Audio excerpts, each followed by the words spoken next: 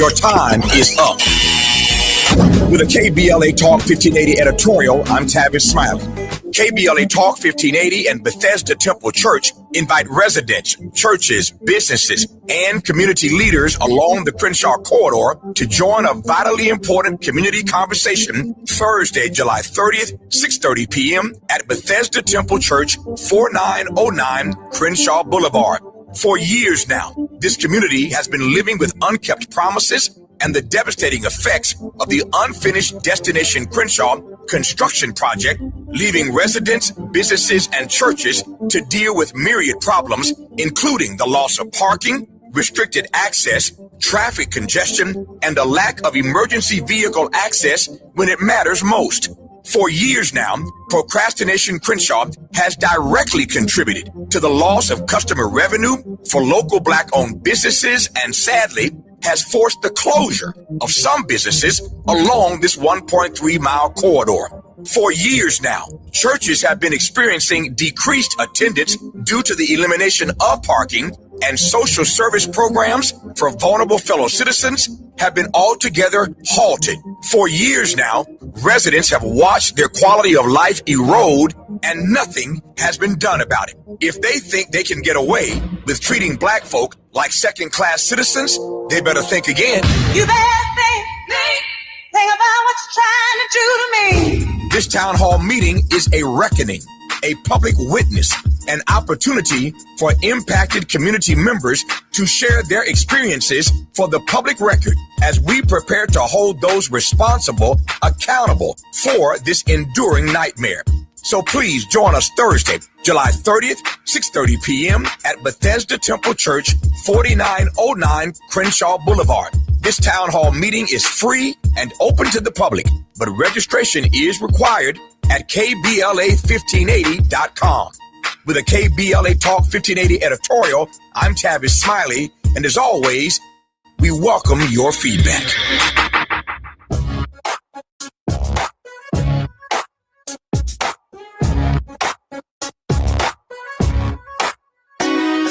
The Jesse Jackson Jr. Show.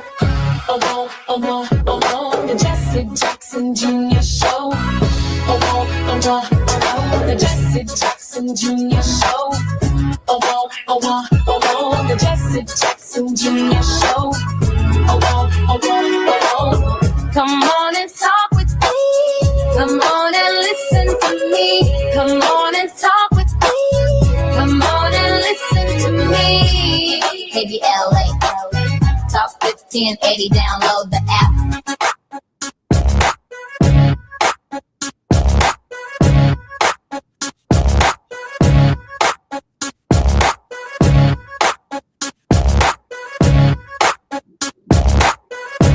I'm Jesse Jackson Jr. Welcome forward to the Jesse Jackson Jr. Show on KBLA Talk 1580. It's Wealthy Wednesdays, and therefore we are worldwide with Dr. Wilmer Leon, political scientist whose primary areas of expertise are Black politics, public policy, and American government. For 11 years, Dr. Leon was lecturer in the political science department at Howard University in Washington, D.C. Today, he is a nationally broadcast radio host. His show, Inside the Issues with Wilmer Leon, is on Sirius XM satellite radio channel 126. Dr. Leon, welcome forward to the show. As always, good afternoon, and thank you for the invitation. You're always welcome, Dr. Leon. I don't want to waste any time. There's so much going on in the news. Why don't we begin with this clip from Mayor of New York, Mayor Mamdani. Benjamin Netanyahu is a war criminal, the architect of a horrific genocide against the Palestinian people.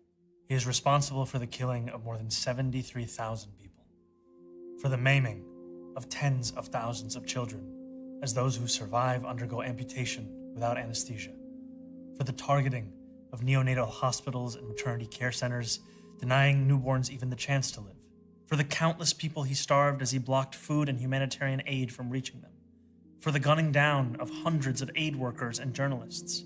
And just last month, the UN confirmed that Palestinian children continue to be deliberately targeted and killed by Israeli armed forces, more than 8 months after the so-called ceasefire.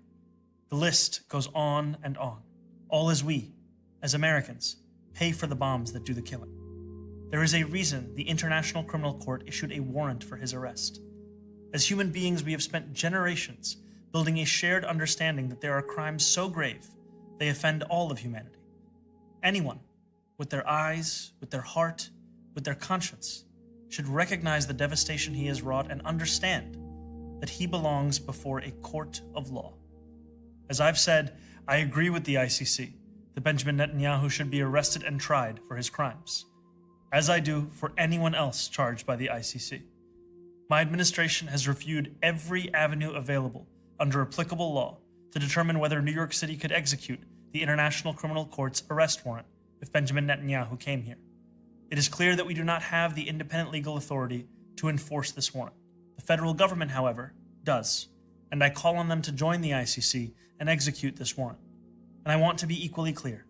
Benjamin Netanyahu is not welcome in New York City, nor is any other war criminal at large.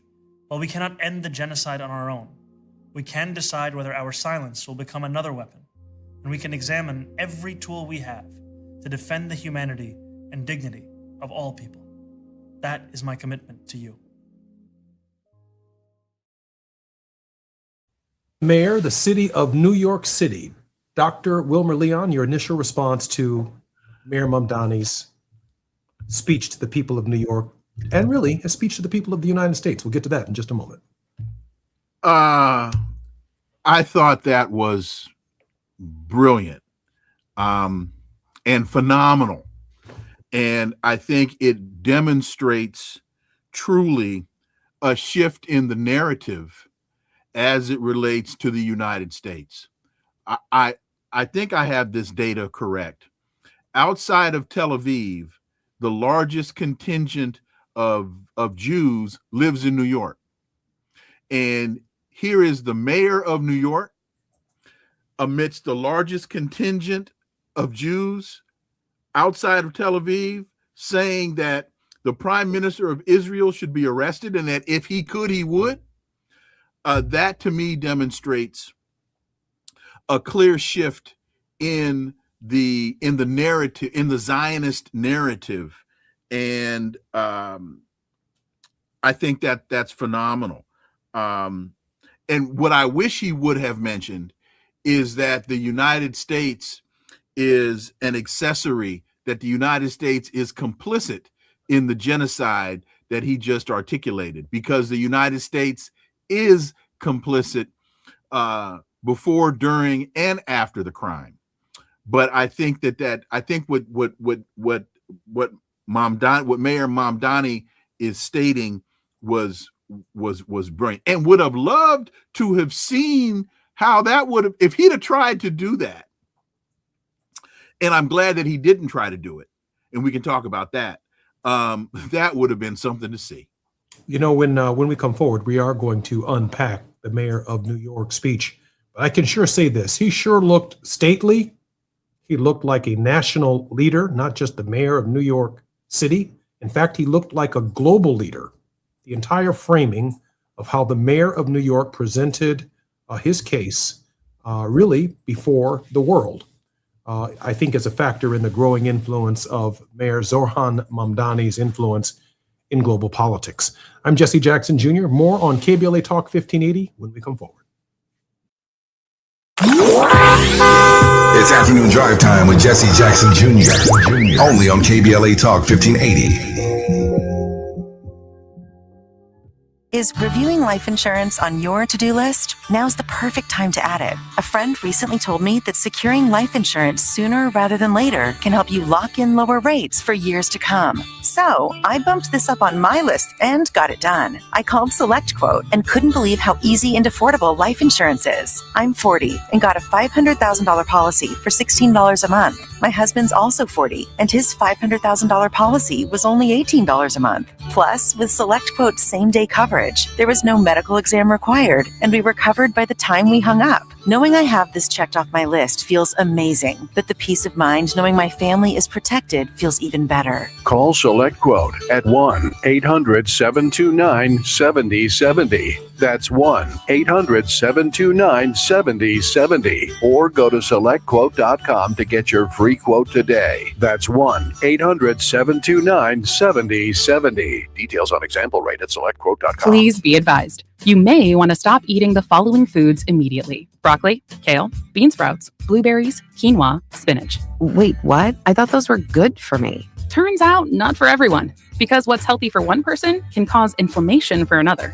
And the only way to really know what your body needs is to listen to it. Listen how? That's where Viome comes in. Viome is a simple at-home gut health test that looks at your body's real-time biology using RNA to understand what's happening inside you right now. When your results come in, you'll learn exactly which foods to eat, which to avoid, and which supplements are right for you, all based on the world's largest RNA-based human biology database and thousands of clinical research studies. And many people who use Viome report more energy, better digestion, and a better mood within months. So stop guessing. Start knowing. Learn more at viome.com/gut. V as in Victor, IOME.com/GUT. And use coupon code GUTHEALTH50 to save $50 off your purchase. Viome. Trust your gut. Carpal tunnel syndrome, heart failure that doesn't improve with common medicines. These are some signs and symptoms associated with ATTR-CM, or the cardiomyopathy of ATTR amyloidosis, a serious heart condition with symptoms that get worse over time. Amvuttra, vutrisiran, is a prescription medicine given by a healthcare provider that treats ATTR-CM in adults to reduce heart-related death, hospital stays, and urgent visits. In a clinical study, Amvuttra was proven to help people live longer and have fewer heart-related hospital stays and urgent visits over 3 years compared to placebo. Amvuttra lowers the amount of vitamin A in your blood, which can affect vision. Other side effects include pain in the arms or legs, pain in the joints, and shortness of breath. These are not all the possible side effects of Amvuttra. For prescribing information, call 1-833-256-2748 or learn more at amvuttra.com. Ask your doctor about Amvuttra for ATTR-CM. Now back to more of Jesse Jackson Jr. on KBLA Talk 1580. The Jesse Jackson Jr. Show. The Jesse Jackson Jr. Show. The Jesse Jackson Jr. Show. The Jesse Jackson Jr. Show. King Quality drops the beat. Come on and talk with me. Come on and listen to the me. Come on and talk with me. Come on and listen to the me. KBLA Talk 1580. I'm Jesse Jackson Jr. Welcome forward to Worldwide with Dr. Wilmer Leon on the Jesse Jackson Jr. Show. This is Wealthy Wednesday on our show. Dr. Leon, welcome forward. Again, thank you very much. Glad to be here. Dr. Leon, can we first begin with the legal basis by which the mayor of New York initially brought forward the claim that he intended to arrest the the prime minister of the state of Israel? You mean the fact that there's an arrest warrant issued by the International Criminal Court? Yes, I believe the mayor of New York was seeking to enforce that warrant. Yes, he was seeking to enforce that warrant. But I believe the major issue would be, I think the major issue here would be Netanyahu coming to New York to attend the United Nations general meetings. And so there is I think it's a 25-mile radius of safety zone that no world leader can be arrested within that 25-mile radius of the United Nations when they come into the UN for UN meetings. In both terms of Donald Trump, the U.S. has said it won't cooperate with the ICC and has threatened retaliatory steps against ICC staff members for efforts that investigate U.S. or allied citizens. In 2025, Trump sanctioned ICC prosecutor Karim Khan. Then in June, sanctioned 4 ICC judges, 2 who authorized the Afghanistan war crimes investigation, and 2 approved the warrants against Gallant and Netanyahu.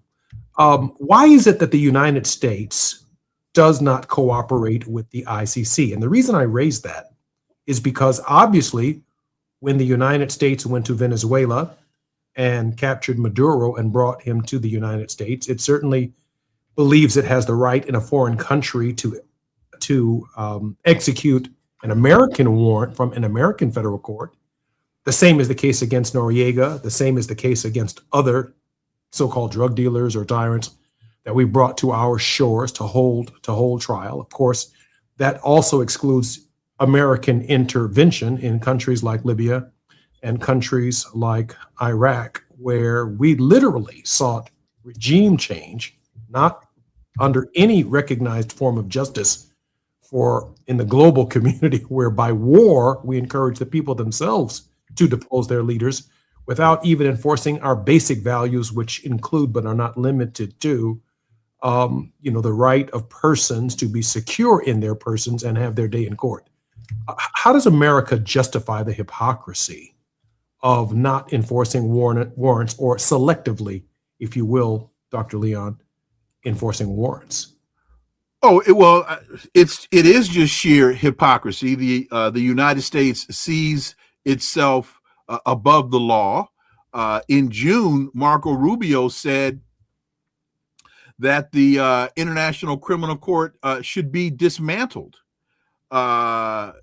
He accuses the ICC of waging a war against our country, not with bullets or missiles, or with force, but with the force of so-called international law. The United States sees itself above the law. In fact, there's also what's known as the Hague Invasion Act.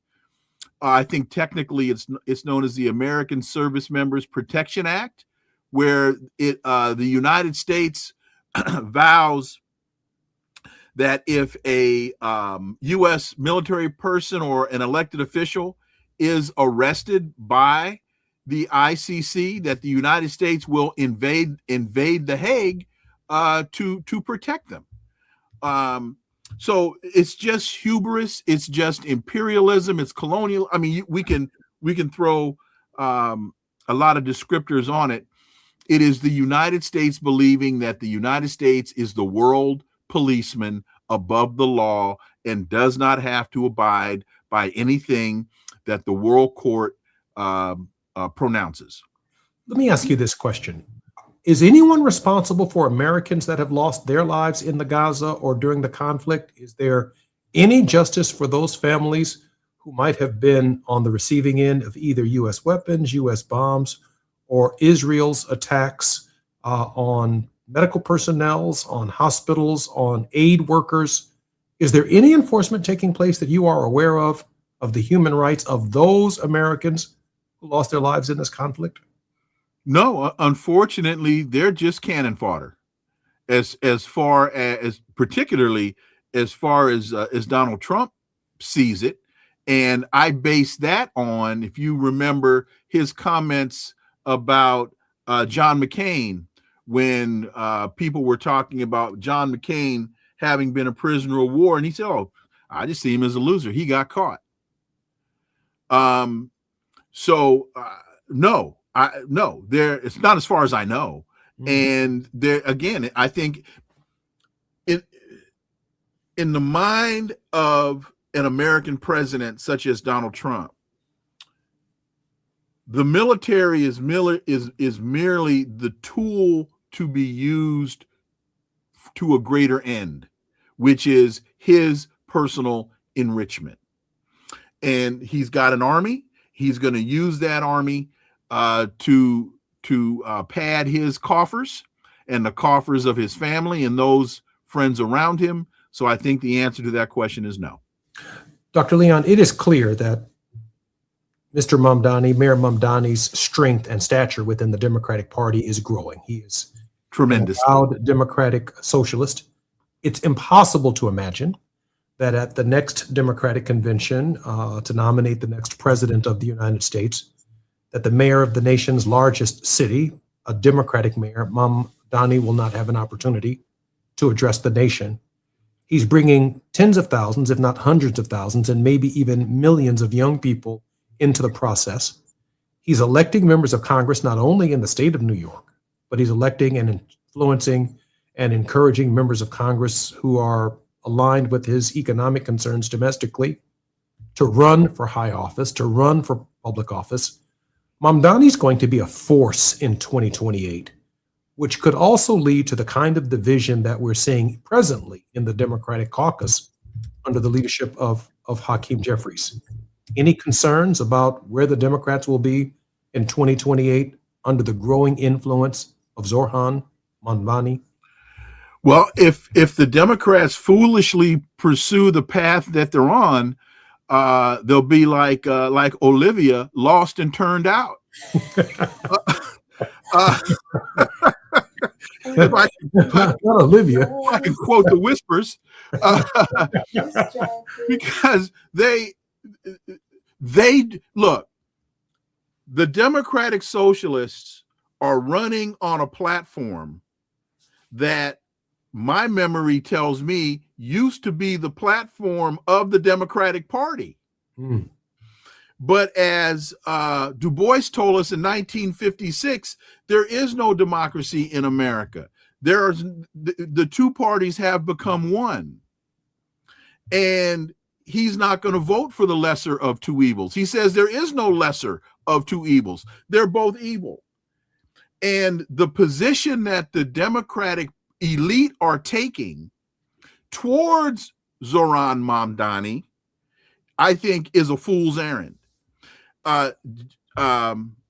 Hakeem Jeffries needs to understand, man, he doesn't owe you anything.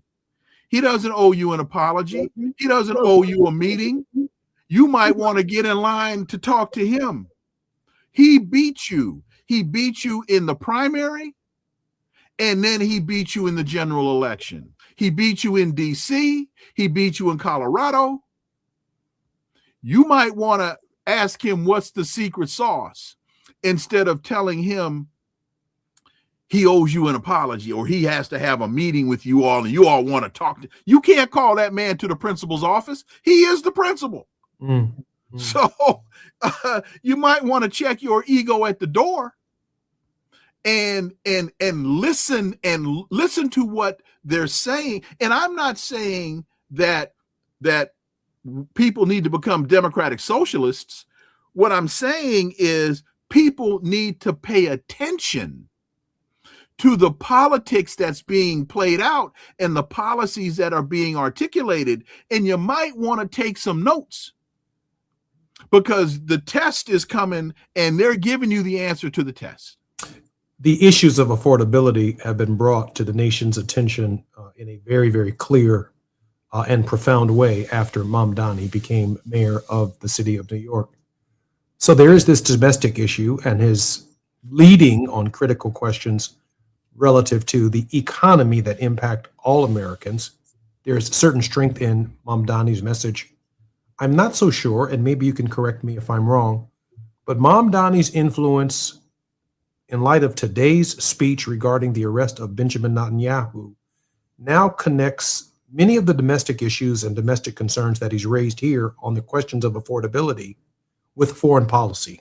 Absolutely. Bringing young people and new people into a larger conversation about the direction of the United States and its relationship with Israel.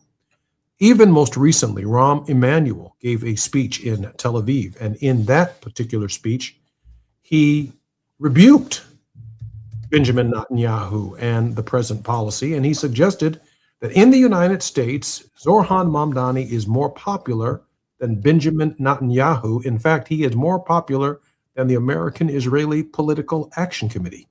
Your thoughts, Dr. Leon?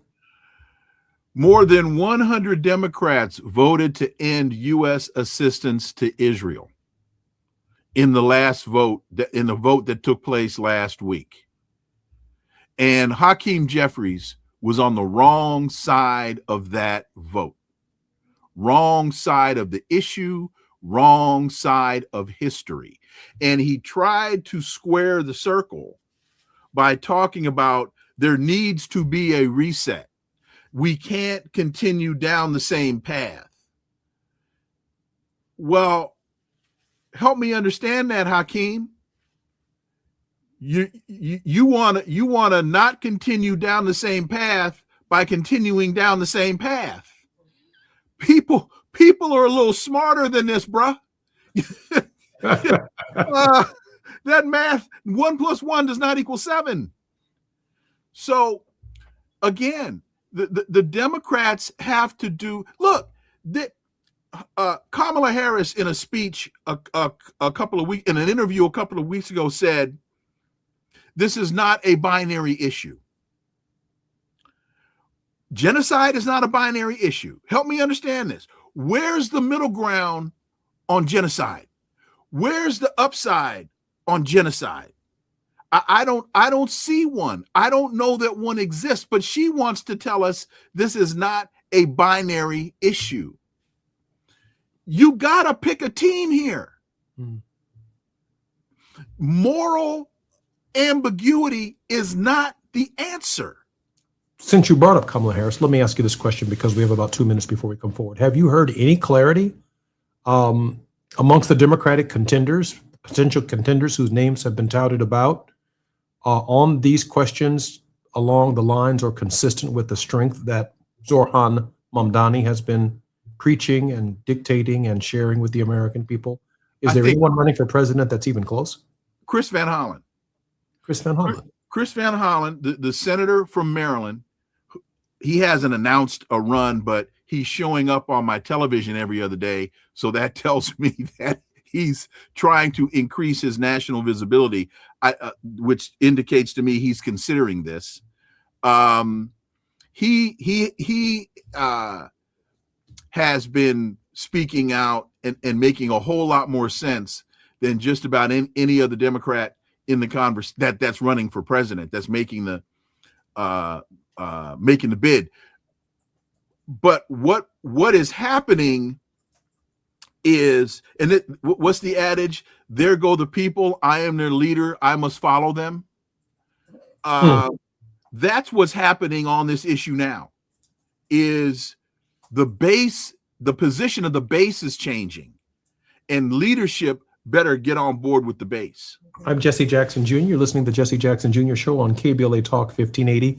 I saw a dressing down, and that's what we'll talk about when we come forward, by Senator Ossoff of Pete Hegseth before a committee in the Congress of the United States about things Pete Hegseth has said about the war in Iran having been won months ago. And now he's before the Congress seeking billions of dollars more to continue the conflict. I'm Jesse Jackson Jr. America is at a crossroads. More on KBLA Talk 1580. We're with Dr. Wilmer Leon. More when we come forward. It's afternoon drive time with Jesse Jackson Jr. Only on KBLA Talk 1580.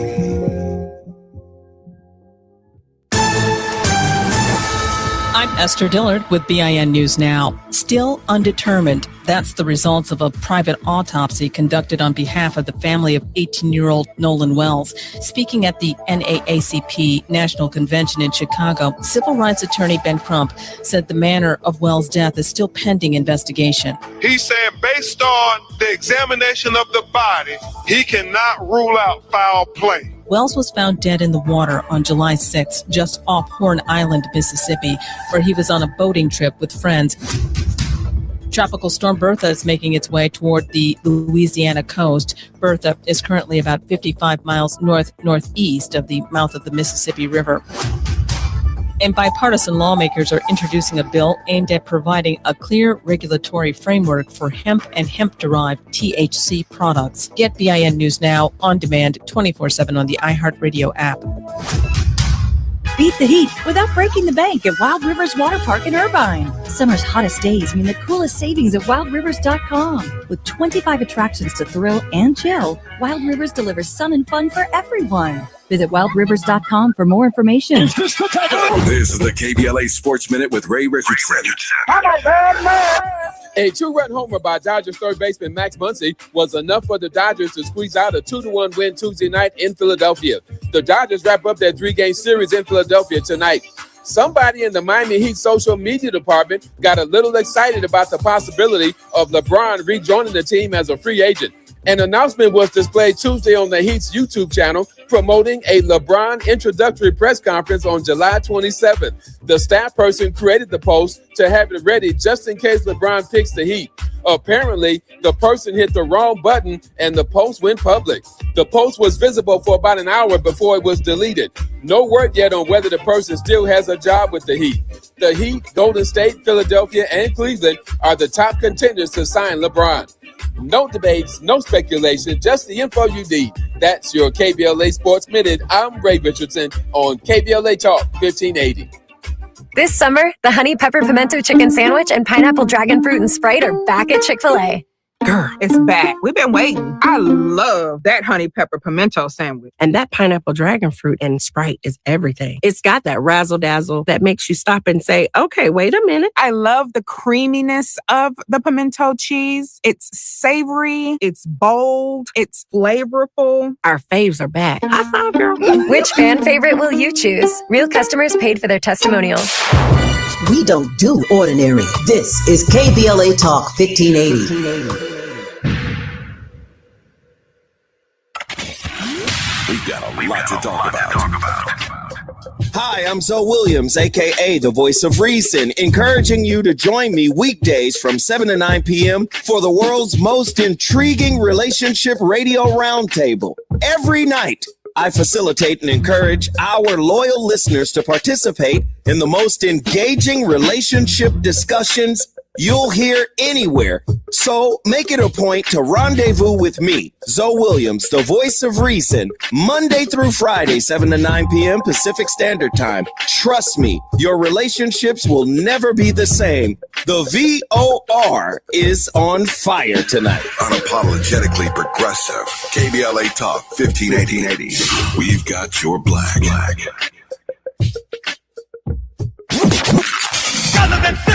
There is no denying that we've always been the conscience of this country. KBLA Talk 1580 is progressive talk radio built for our community, by our community, and with hosts who look like you, live near you, and care about what you care about. 50,000 watts of truth right here in Southern California. KBLA Talk 1580. Listen live on your AM radio dial at 1580 or stream us live on our KBLA1580.com website or on our free KBLA 1580 app. Unapologetically progressive. Oh no. Straight the roof down. I don't have time. Please, God, save us. Save our house. Please, God, please. At KBLA Talk 1580, we haven't forgotten what happened Tuesday, January 7th, 2025. The trauma, processing the loss of our home. How do we address the compounding effect of the fire now more than 18 months later? I noticed one of my 3 children engaged in self-harm who hasn't been able to articulate the challenges that they've had since the fire. And 4 out of the 5 folks in our household are in therapy. 1 is not. And the one that's not is the one who I noticed was the mark on their person. This isn't okay. You need to talk to someone. Black historical memory keeps alive the stories and struggles of everyday people and communities. Black historical memory preserves truths that others attempt to erase, minimize, or distort. Black historical memory prevents history from repeating its worst chapters. At KBLA Talk 1580, we will never forget. Tune into Conversation Live, Altadena Rising with James Farr, weekends on KBLA Talk 1580. 1580.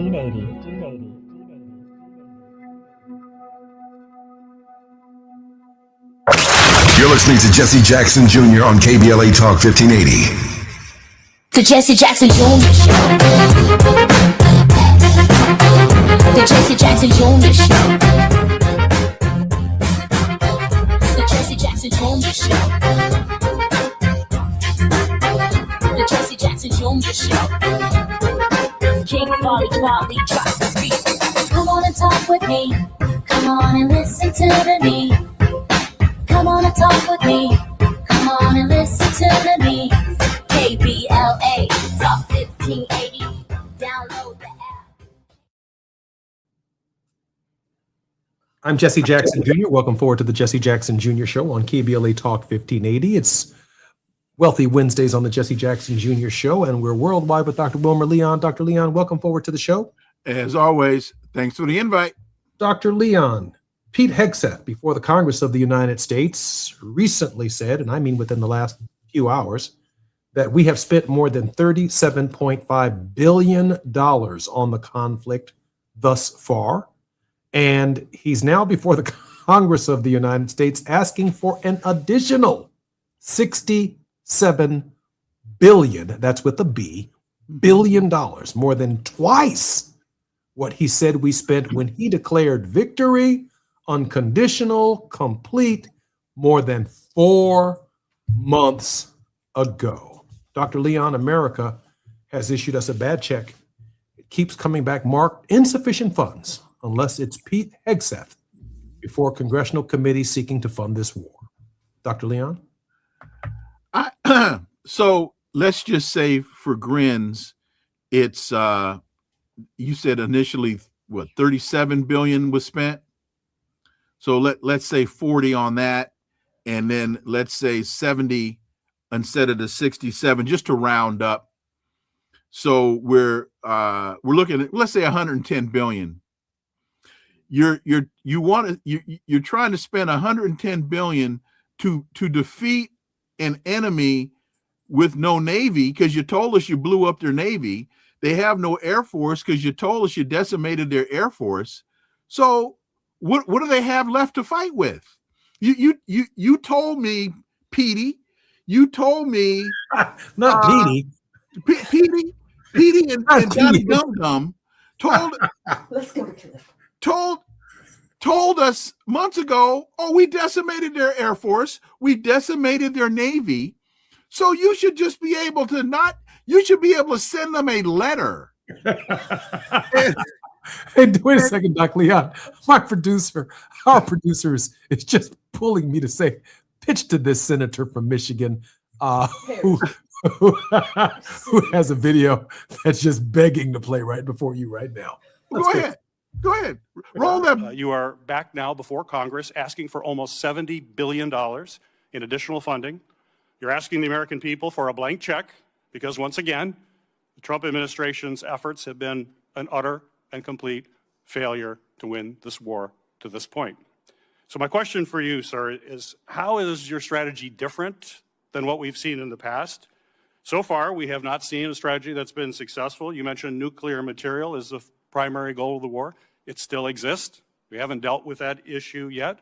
You talk about the destruction of missiles, and yet the missiles that we saw hit recent targets are actually somehow more lethal, more deadly, more maneuverable than what we have seen in the past. So they're obviously improving their munitions. The Strait of Hormuz is still closed, reminding everybody it was open before the war. Prices were lower for everybody until the war, and it still remains closed.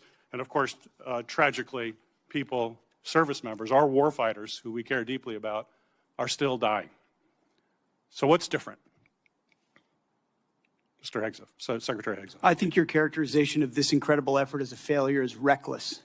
And I think it's irresponsible. And I think it smears the sacrifice of the troops that are out there making on behalf of the American people to ensure that Iran never gets a nuclear weapon. Shame on you and others who call this a quagmire and a failure, and then you want to turn around and say you support the warfighter. Either you do or you don't. Is the nuclear material still there, I can sir? get you a ticket out to CENTCOM and talk to what those Americans are doing and how committed they are to this effort and how they want to ensure that Iran never threatens their families with a nuclear weapon. That's the kind of intensity that our warfighters have about making sure that Iran isn't capable of doing that. Secretary Hegseth, if you listen to my comments, you would have heard me say how amazing our warfighters are. I heard failure. And the word heard. I heard exactly what you said. I will tell you how I use the word failure, because I use the word failure to their leaders. You, sir, are the failure, not the men and women who are on that front line, not the men and women who hold up their honor with distinction.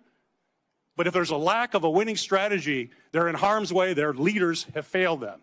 And that's what's happening. We have political leadership. It doesn't get much clearer than that. And I got another clip for the next hour with Dr. S. Todd Eury. Your thoughts on what Senator Peters is saying about the U.S. government not having a strategy in Iran? Unmute Dr. Leon. You're muted, Doc.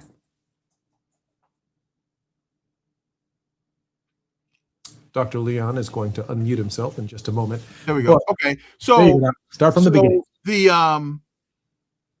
The strategy hasn't changed because there wasn't a strategy going in, and there's not a strategy now.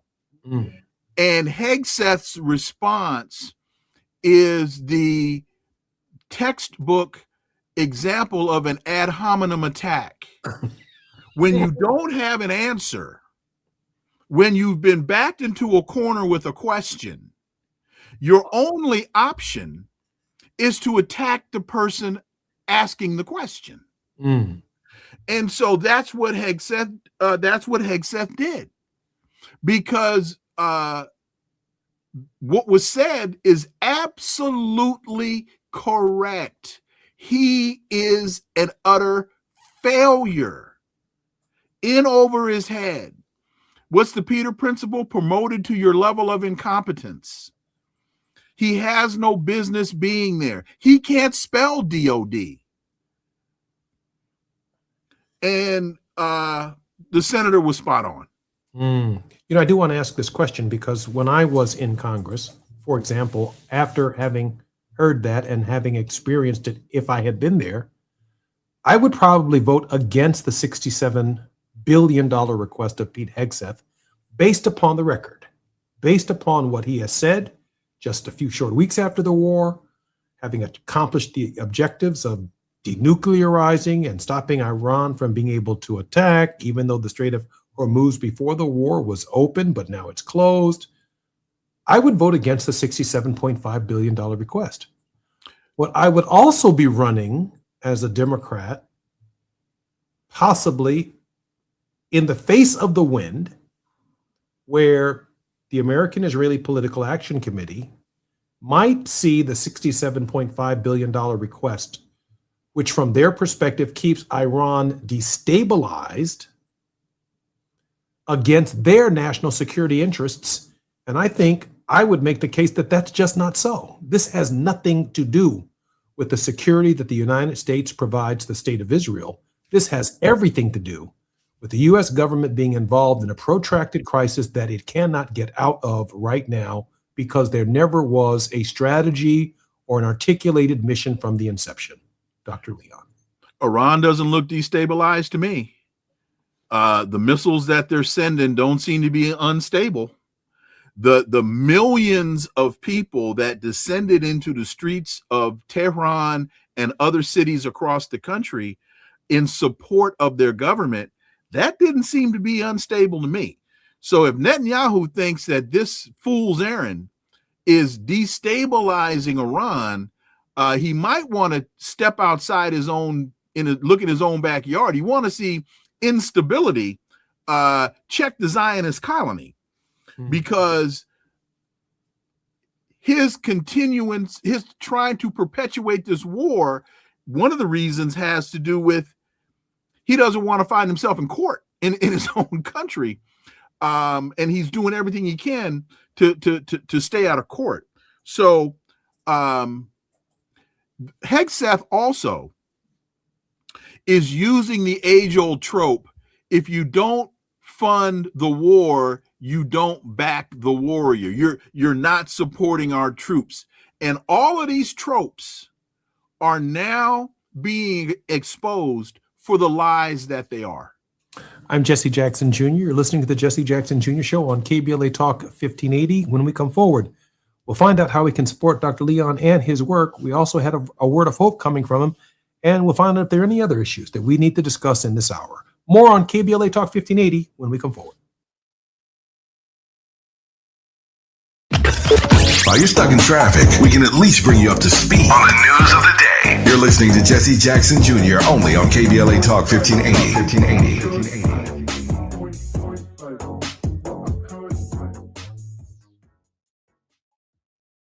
Listen up, KBLA delegation. We have something you need to hear. Right now, you may qualify for low-cost home internet. And we're not talking about a catch. This is real. Many internet service providers offer low-cost internet plans if anyone in your household is enrolled in CalFresh, Medi-Cal, SSI, or is income eligible. There are a lot of families in our community who deserve to be connected. Here's all you do. Call 844-461-7893. That's the Get Connected call center. Real people ready to help you enroll today. Or go online to internetforallnow.org to find a provider near you. You may also qualify for a low-cost computer through Human IT. Connectivity is not a luxury. In 2026, it's a necessity, and you deserve access just like everybody else. Call 844-461-7893. That's 844-461-7893. KBLA's got you. If you missed any of this, you can always go to our website at KBLA1580.com. Brought to you by KBLA Talk 1580 in partnership with the California Emerging Technology Fund, CETF. The Sickle Cell Community Consortium Warrior Convention, sponsored in part by Agios and Pfizer, is July 22nd through 26th. Sickle cell education, entertainment, and family fun. Free hotel scholarships are available. Register now at sicklecellconvention.org. In a world full of noise, one station keeps it real. KBLA Talk 1580, where the conversation goes deeper, the voices sound like yours, and the issues that matter most to our community take center stage. Progressive, powerful, unapologetically us. Whether you're driving through the city or tuning in from your home or office, join the public square. KBLA Talk 1580, your home for talk that enlightens, encourages, and empowers. Listen live on our free KBLA 1580 app, on our website at KBLA1580.com, or on your radio dial at 1580 AM. Unapologetically progressive. KBLA Talk 1580. We've got a lot to talk about. KBLA Talk 1580, connecting you with services and solutions. The BLM Center for Black Power is a hub for Black activism in the city of Los Angeles, a standalone nonprofit affiliated with Black Lives Matter LA. The venue is home to live events, meetings, and organizing drives for Black-led community-based organizations. It is also the base of operations for Black Lives Matter LA. Built on what used to be a nuisance property owned by an arms dealer, the BLM Center for Black Power is in the heart of Leimert Park and has opened its doors to everything from youth organizers to toy drives to film screenings and community town hall meetings. To make a donation or make a request, please visit blmla.org. That's blmla.org. This is a community call to action from KBLA Talk 1580. Roger and Tracy saved over $18,400. Cynthia was recovering from a family tragedy and saved over $10,300. If you are drowning in debt, then call Debt Blue. Debt Blue is a professional debt negotiation firm with over 20 years of experience helping people pay back a fraction of what they owe. Learn how to cut your debt up to half or maybe more. Be debt-free in 24 to 48 months, even with bad credit. With an A+ rating from the BBB, you can rest easy knowing Debt Blue is going to deliver guaranteed debt reduction. Debt Blue offers a success guarantee. You pay nothing unless your debt is reduced or completely resolved. That's right. You save money or it's free. Call now for significant debt relief and a free consultation. 800-200-8879. That's 800-200-8879. You don't have to declare bankruptcy. This program works if you owe $10,000, $20,000, or even $100,000 in debt. Call for your free consultation today. 800-200-8879. That's 800-200-8879. Let's do this. We're heading into one of the most important election seasons in a generation. And with so much on the line, your healthcare, your economy, your neighborhood, you deserve more than sound bites. You deserve the full story. KBLA Talk 1580 is your trusted voice for political coverage, commentary, and conversation. From local races to national headlines, we bring you the insight and perspective you need to make sense of it all and make your voice heard. Between now and November, a lot will happen. A lot will change. But one thing won't. KBLA Talk 1580 will be right here, keeping you informed, keeping you engaged, and keeping it real. KBLA Talk 1580, the place for politics.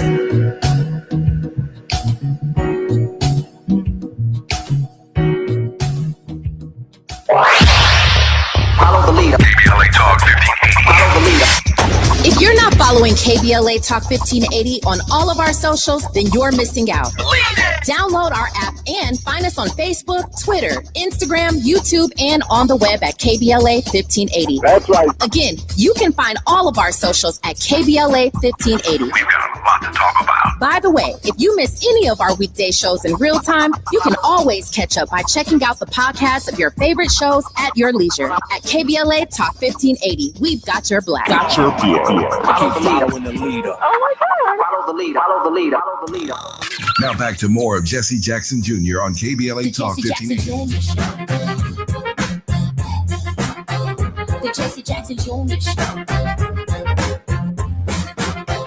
The Jesse Jackson Jr. Show. The Jesse Jackson Jr. Show. King Polly Polly drop the beat. Come on and talk with me. Come on and listen to the me. Come on and talk with me. Come on and listen to the me.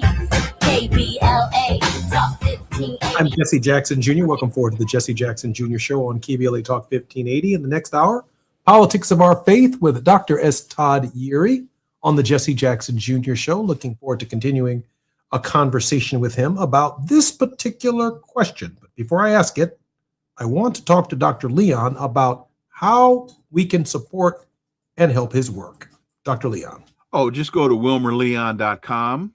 Go to wilmerleon.com. All the information about my show and my work is there, and you can reach out to me from that site, and I will respond. Fantastic. Dr. Leon, the African-American community, certainly in the media at this hour, is discussing the second autopsy report conducted by Ben Crump and the Nolan Wells family. Any insight that you have for us at this moment about the case overall, but the second autopsy report as well? Because I don't have hard facts, I want to try to be as responsible as I can and not contribute to speculation. I just think that Ben Crump is on the right track. They've got the right guy on the job. And when he comes out and says that the autopsy that they conducted was inconclusive, we can't just sit and accept that as the reality. We've got to keep digging on this thing until we find out exactly what happened to Nolan Wells, because that story does not make any sense. And when the story doesn't make any sense, then you need to stay on it until it does. I think that's right. I appreciate the care and the concern with which you approach the subject matter. We don't need any wild speculation or any more theories. And there is a process, a scientific process that includes biology, trying to make a determination to reconstruct a crime scene or a potential crime scene. We're not even in a position to say that it's a crime scene yet. But some people have already leaped to that conclusion, and rightfully so. On our show, we've talked about the history of Black male terror in the state of Mississippi. And so we've got a right to look at it with one eye open, one eye closed, crossed, twisted, and flipped upside down, because healthy young Black men just don't end up drowned and dead.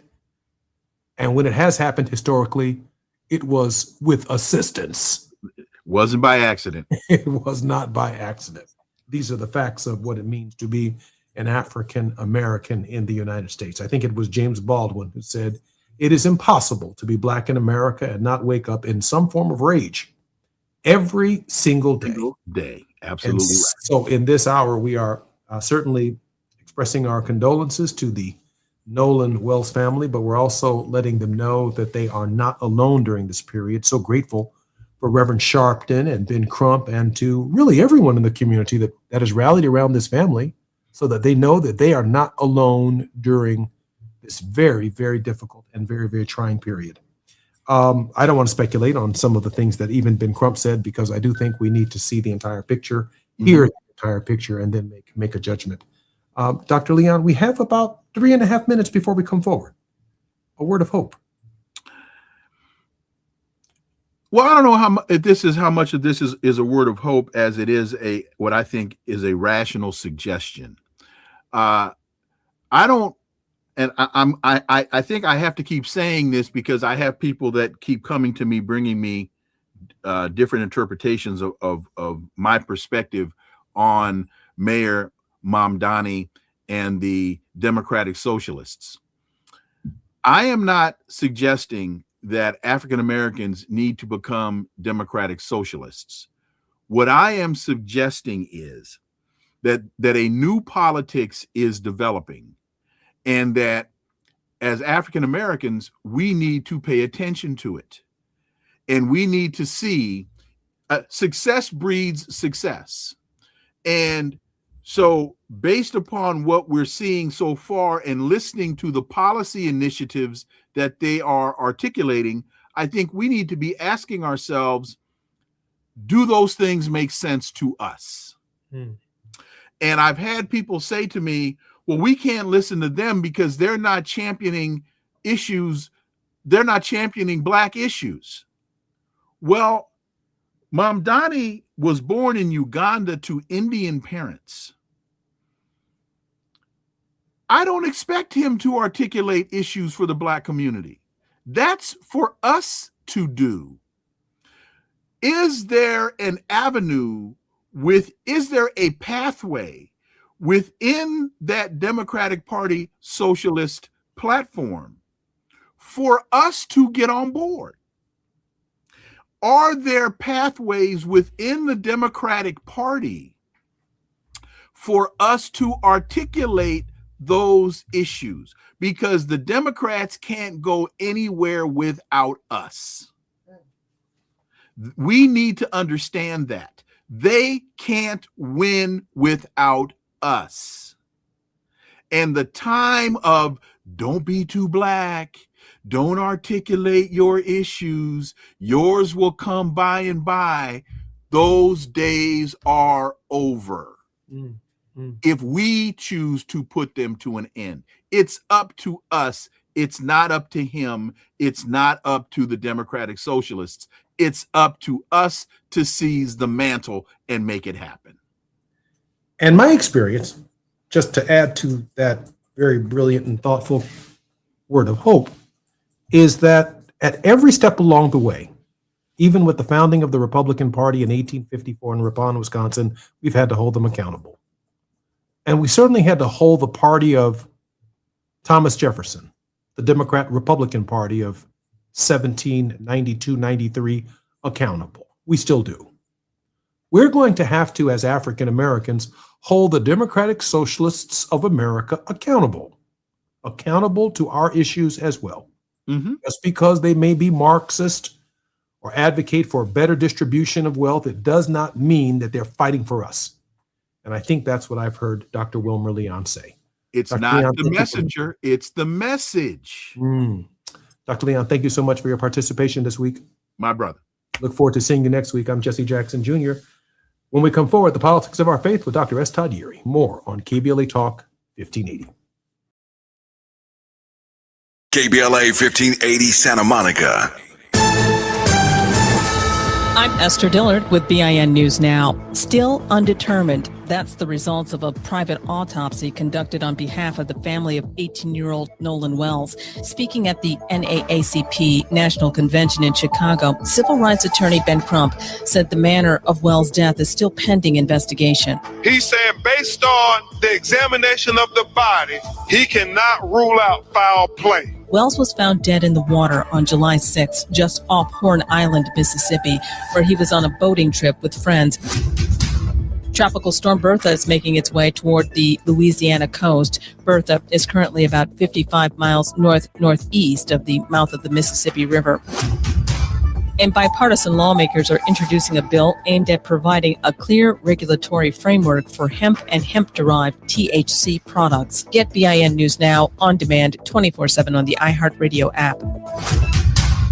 Beat the heat without breaking the bank at Wild Rivers Water Park in Irvine. Summer's hottest days mean the coolest savings at wildrivers.com. With 25 attractions to thrill and chill, Wild Rivers delivers sun and fun for everyone. Visit wildrivers.com for more information. This is the KBLA Sports Minute with Ray Richardson. A two-run homer by Dodgers third baseman Max Muncy was enough for the Dodgers to squeeze out a 2-1 win Tuesday night in Philadelphia. The Dodgers wrap up their 3-game series in Philadelphia tonight. Somebody in the Miami Heat social media department got a little excited about the possibility of LeBron rejoining the team as a free agent. An announcement was displayed Tuesday on the Heat's YouTube channel promoting a LeBron introductory press conference on July 27th. The staff person created the post to have it ready just in case LeBron picks the Heat. Apparently, the person hit the wrong button and the post went public. The post was visible for about an hour before it was deleted. No word yet on whether the person still has a job with the Heat. The Heat, Golden State, Philadelphia, and Cleveland are the top contenders to sign LeBron. No debates, no speculation, just the info you need. That's your KBLA Sports Minute. I'm Ray Richardson on KBLA Talk 1580. Let me put my hard hat on, go back outside, and see if these procrastination Crenshaw construction crews have shown up yet. I'm saving space for grace, but if these trucks don't show up soon, well, you already know. Destination Crenshaw, your time is up. With a KBLA Talk 1580 editorial, I'm Tavis Smiley. KBLA Talk 1580 and Bethesda Temple Church invite residents, churches, businesses, and community leaders along the Crenshaw corridor to join a vitally important community conversation Thursday, July 30th, 6:30 p.m. at Bethesda Temple Church, 4909 Crenshaw Boulevard. For years now, this community has been living with unkept promises and the devastating effects of the unfinished Destination Crenshaw construction project, leaving residents, businesses, and churches to deal with myriad problems, including the loss of parking, restricted access, traffic congestion, and the lack of emergency vehicle access when it matters most. For years now, Procrastination Crenshaw has directly contributed to the loss of customer revenue for local Black-owned businesses and, sadly, has forced the closure of some businesses along this 1.3-mile corridor. For years now, churches have been experiencing decreased attendance due to the elimination of parking, and social service programs for vulnerable fellow citizens have been altogether halted. For years now, residents have watched their quality of life erode, and nothing has been done about it. If they think they can get away with treating Black folk like second-class citizens, they better think again. You better think about what you're trying to do to me. This town hall meeting is a reckoning, a public witness, an opportunity for impacted community members to share their experiences for the public record as we prepare to hold those responsible accountable for this enduring nightmare. So please join us Thursday, July 30th, 6:30 p.m. at Bethesda Temple Church, 4909 Crenshaw Boulevard. This town hall meeting is free and open to the public, but registration is required at KBLA1580.com. With a KBLA Talk 1580 editorial, I'm Tavis Smiley, and as always, we welcome your feedback.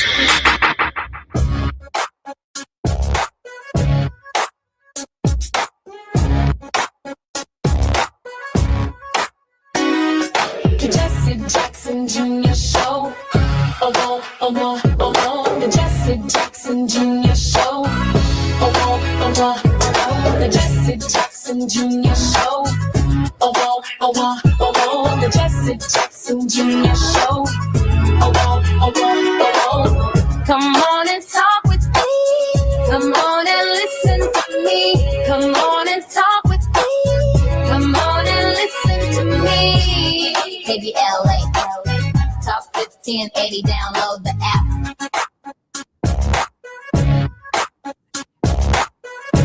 I'm Jesse Jackson Jr. You're listening to the Jesse Jackson Jr. Show on KBLA Talk 1580. We are now in the second hour of the Politics of Our Faith. And before I play this clip of Senator Jon Ossoff from Georgia dressing down the Secretary of Defense, Secretary of War, Pete Hegseth, I want to make this perfectly clear. Pete Hegseth is like a wannabe soldier. He doesn't come before the Senate prepared. He comes to do a commercial. He's somewhere between Tom Cruise and Jack Nicholson, trying to argue a movie role, whatever name the great military movies where you see this tough soldier. Maybe it's Gene Hackman as the submarine captain, or maybe it's Denzel Washington with his responses to Gene Hackman as the submarine captain, or maybe it's Sean Connery in the movie where he's a submarine captain and the American submarine that is pursuing this submarine where he is there, There is this entire bravado kind of thing. And I can only imagine when he's not in front of the Senate testifying that Pete Hegseth in front of the president is some kind of actor who's promoting American strength. He's the one guy with the biggest gun in the room, with the smallest hands and the smallest feet. But John Ossoff right here has him by the short and curlies. Listen to this. Military was destroyed and combat ineffective. You said, quote, Operation Epic Fury was a historic and overwhelming victory. You said Iran's military had been rendered, quote, combat ineffective for years to come. And you stated we had, quote, achieved every single objective. Were those accurate statements?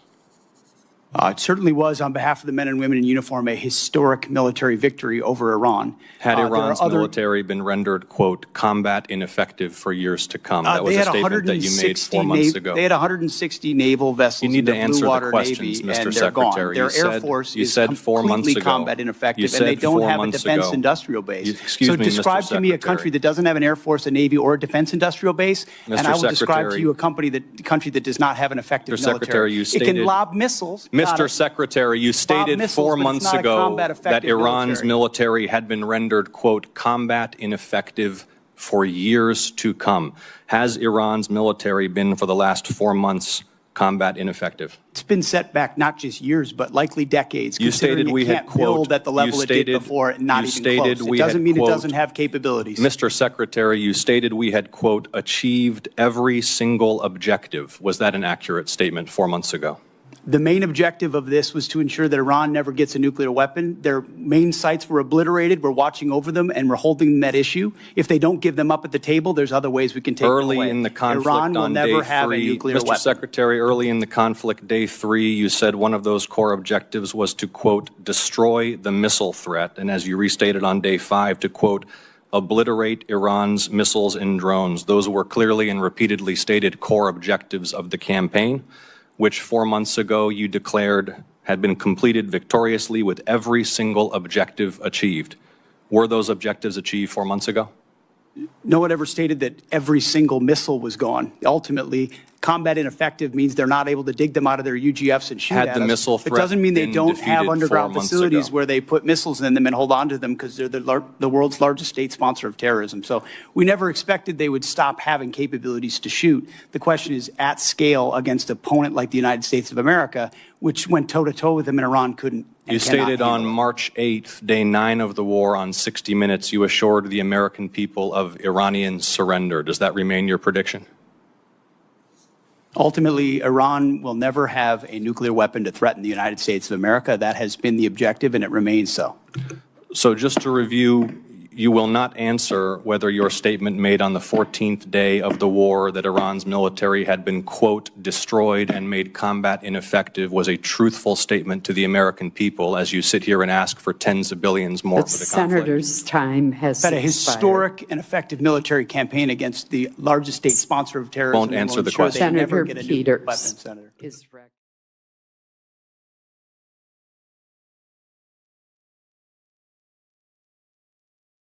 Government of the United States has spent $37.5 billion in this conflict, and he was before that Senate committee today asking for an additional $67.5 billion. That's the context. I'm Jesse Jackson Jr. listening to the Jesse Jackson Jr. Show on KBLA Talk 1580. More with Dr. S. Todd Yeary when we come forward.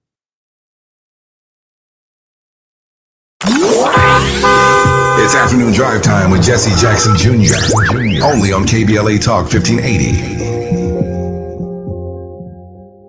Is reviewing life insurance on your to-do list? Now's the perfect time to add it. A friend recently told me that securing life insurance sooner rather than later can help you lock in lower rates for years to come. So I bumped this up on my list and got it done. I called SelectQuote and couldn't believe how easy and affordable life insurance is. I'm 40 and got a $500,000 policy for $16 a month. My husband's also 40 and his $500,000 policy was only $18 a month. Plus, with SelectQuote's same-day coverage, there was no medical exam required and we were covered by the time we hung up. Knowing I have this checked off my list feels amazing, but the peace of mind knowing my family is protected feels even better. Call call Select Quote at 1-800-729-7070. That's 1-800-729-7070. Or go to SelectQuote.com to get your free quote today. That's 1-800-729-7070. Details on example rate at SelectQuote.com. Carpal tunnel syndrome, heart failure that doesn't improve with common medicines.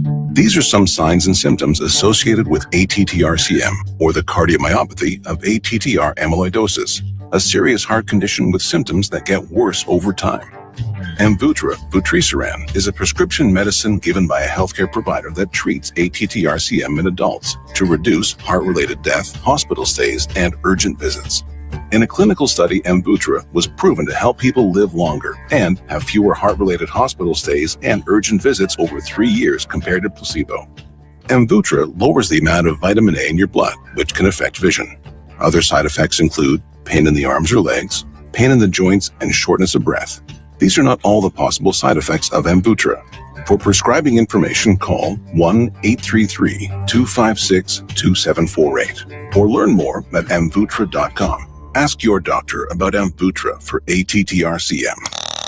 Now back to more of Jesse Jackson Jr. on KBLA Talk 1580. The Jesse Jackson Jr. Show.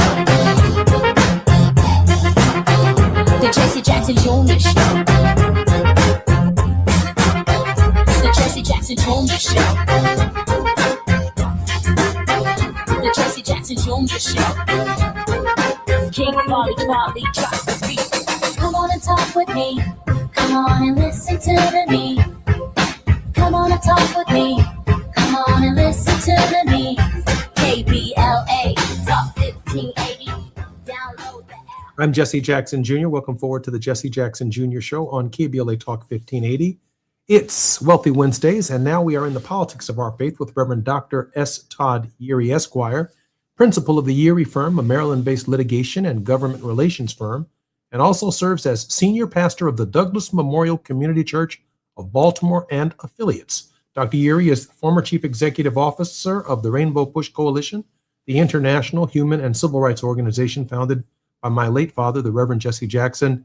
Dr. Yeary's social justice work includes having served on the national board of the National Action Network from 2015 to 2021, and the past political action chair for the Maryland State Conference of the NAACP. Dr. Yeary, welcome forward to the show. Good to be with you, my brother. I was sitting here trying to figure out now, how many more ways can you go, huh? Man, I am so glad that you were here. I got to ask you a question. Now, we've already spent $37.5 billion in this conflict, war with Iran, that both Pete Hegseth and the President of the United States declared victory for some 4 months ago. We've had peace agreements, ceasefires, peace agreements that lasted 24 hours or less than 24 hours. We've heard all of this shifting language. Clearly, Senator Peters says there's no strategy. Clearly, Senator John Ossoff is on to a timeline that Pete Hegseth cannot dance around. But the reality is today they're asking for $67.5 billion. That is twice the amount of money that they have spent thus far. Dr. Yeary, this conflict is far from over. Well, it's not really about the conflict, right? When you come to the Congress for money, you're coming for the money. We've often had these conversations that, a supposed billionaire, of course, he got to be a billionaire after he took office the second time, would only want to take a job paying $450,000 a year that requires him to live in public housing when he's disqualified from living in public housing, by the way. The only reason he does it is because he gets to direct where the money goes. So to come back and get another $60 billion, he's got some friends and some colleagues, probably in the defense industry, that are going to need to make some of the munitions that they have depleted on blowing up everything from empty deserts to little speedboats in the middle of the ocean, because that's what he does. He takes care of the folks that he likes. And so that's not really an ask that's tied to an agenda or an outcome. It's not coming with a plan that speaks to what are the needs of the United States writ large. It's a window of opportunity for him to play with monopoly money, and the monopoly money is coming out of our pockets. You know, I think that's about as clear as I've heard what's taking place with this. We have no strategy. We have no mission or objectives, but he's asking for another nearly $70 billion. And we have absolutely no idea beyond the munitions of where it's actually going or how it's actually going to be distributed or who the beneficiaries are. It is that deep, but it's, again, right, the grift is right in front of us. It's taking place right now in real time. Dr. Uri, I really appreciate your insights on that. Dr. Uri, let me pivot, if I can, to really the same subject. In the first hour, we talked about Mayor Zoran Mamdani's most recent speech, suggesting that he does not have the authority to arrest Benjamin Netanyahu when he comes to the United Nations. We all understand the significance and the point of that, sovereignty of the UN, the ability to come to the UN without threat of arrest, and most importantly, in this particular case, the United States government's unwillingness to enforce the ICC's warrant for Mr. Netanyahu's arrest. I'm wondering if in this moment, this crisis that we see taking place in Iran is going to be on the ballot box in these primaries, in the general election, and how it could impact the midterm elections this coming November. Well, let me say it should be part of a package of issues that are really ballot initiatives coming up in this midterm. You've got money going out the door to fuel a war with no objectives. All you got to do is you can tie the whole lot of them together and ask them at one time, what's the goal? What's the end game? And you will get in unison, because they have no harmony. They're going to say, right? That's what we heard from the secretary. Every time Senator Ossoff asked him a question, he deflected. Didn't you say this? He doesn't say, yeah, this is what I said. Why? Because he can't say no. Because when he testified before in front of the committee, he took an oath. You swear the witness. So for him to come back and say, now, I lied. Well, you don't want perjury like hanging out there. That's not a problem. So what do? You deflect. I mean, filibustering is in style. And this is one where everybody that comes and has this conversation, they get to talk about that which is irrelevant. So we don't have objectives in Iran any more than you hear the president make a primetime speech and talk about literally nothing that has to do with the current pain of masses of people in the United States, including those that are part of his base. He wants to talk about the boogeyman we got to protect the midterms because China all of a sudden is the villain in this stage play. So at the end of the day, this is what happens when you take the incompetent and the ill-informed and you put them in charge of the country. And so when the mayor of New York says, I don't have the authority to arrest the head of state, that's actually true legally, because he is really basically the CEO of a municipal corporation. He has no authority to arrest a sovereign or a diplomat from a sovereign nation who is here on official business, even, I think, if they were to commit what would be a violation of U.S. law while they were here. So to have the mayor of New York kind of answer, are you going to arrest Benjamin Netanyahu? Well, let's just go on and take that off the table. That first of all is fanciful and it's a fairy tale. The real question is, will the crook that got elected arrest the other crook that got elected when he comes to the country? And what we do know is that ain't going to happen, because birds of a feather flock together.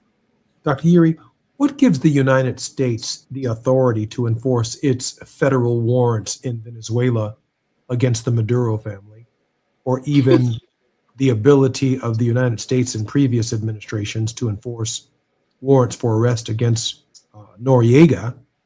And yet, when the International Criminal Court and other countries want their warrants enforced in the United States gets to ignore them or can comply. Why the latter? Yeah, so it's kind of like learning the rules. There are two games that intrigue me. One intrigues me, one frustrates me, right? So Monopoly intrigues me. Scrabble frustrates me, right? Because you got to figure out some words and try to proper spelling.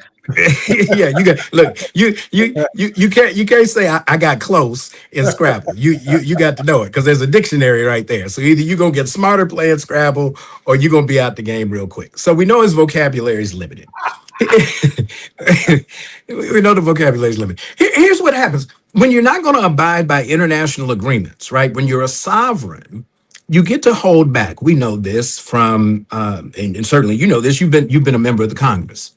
That there are things called reservations that any sovereign country can have about any kind of international agreement, right? Whether it's a treaty or some other bilateral agreement, it becomes non-binding. And at any time, you can decide that as the leader of a sovereign nation, we choose not to abide by it. Typically, that's when you get caught doing something you should not do. That's the United States game. It's been that game throughout history. We've seen it time and again.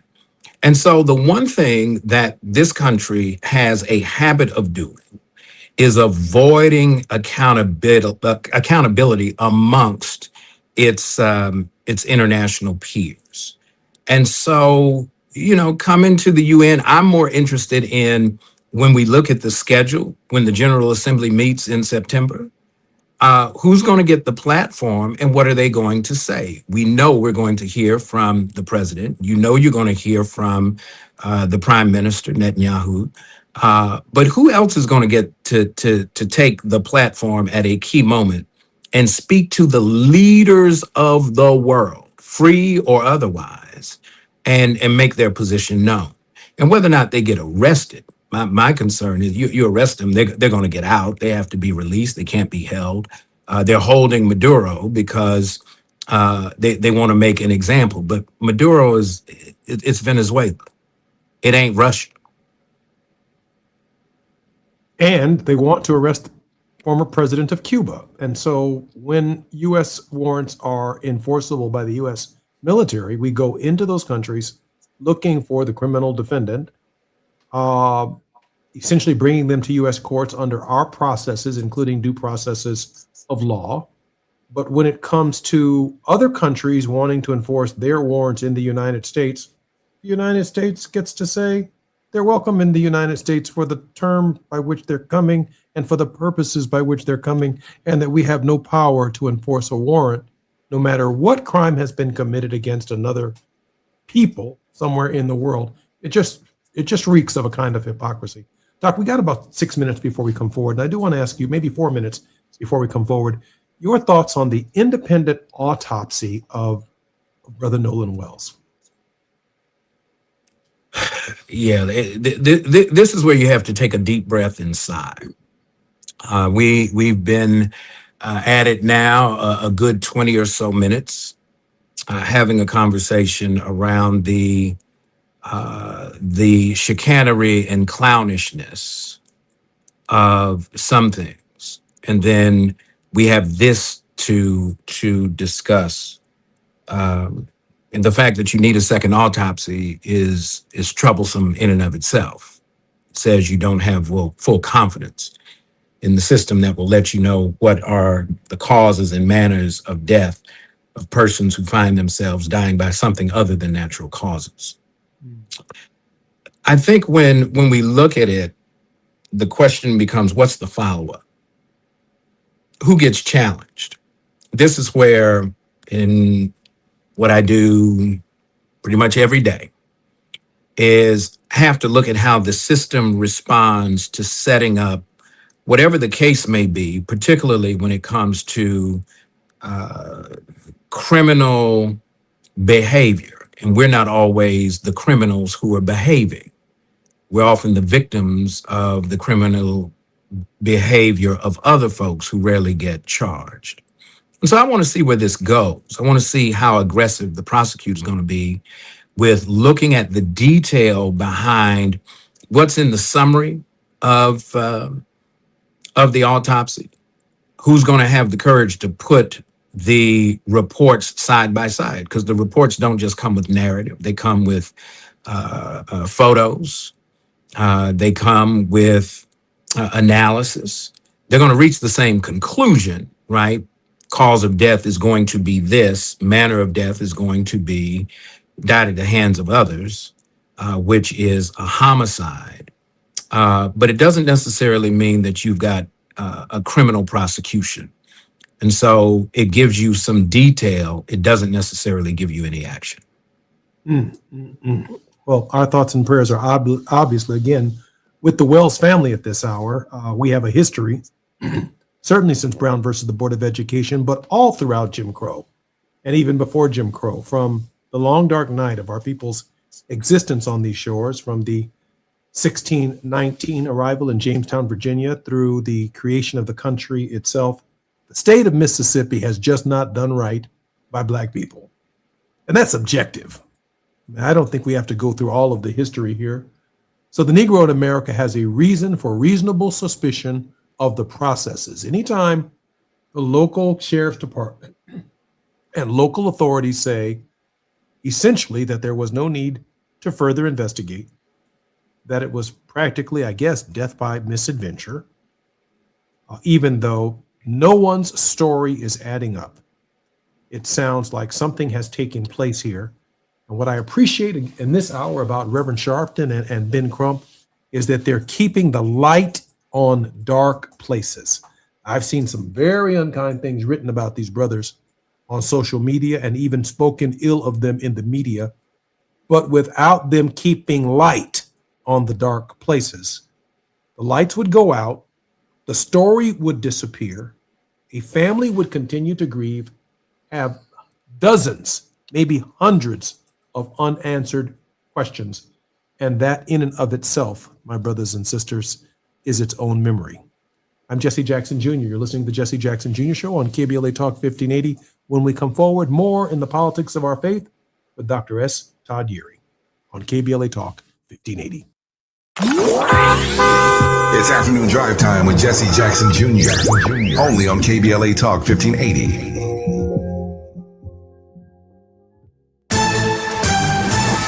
I'm Esther Dillard with BIN News Now. The family of 18-year-old Nolan Wells is still pressing for answers with the announcement that results from an independent autopsy shows the cause of death is still undetermined. There's so many people out in the public asking all of these questions, but the only question that we have is what happened to our son. Wells was found dead in the water on July 6th, just off Horn Island, Mississippi, where he was on a boating trip with friends for the 4th of July weekend. The Equal Employment Opportunity Commission is voting to end a rule that requires companies to show diversity in the workplace. The 60-year-old rule requires companies with 100 employees or more to report workplace demographics, including sex, race, and ethnicity. And LeBron James' agent says his client won't be rushed into making a decision on his next destination. Get BIN News Now on demand 24/7 on the iHeartRadio app.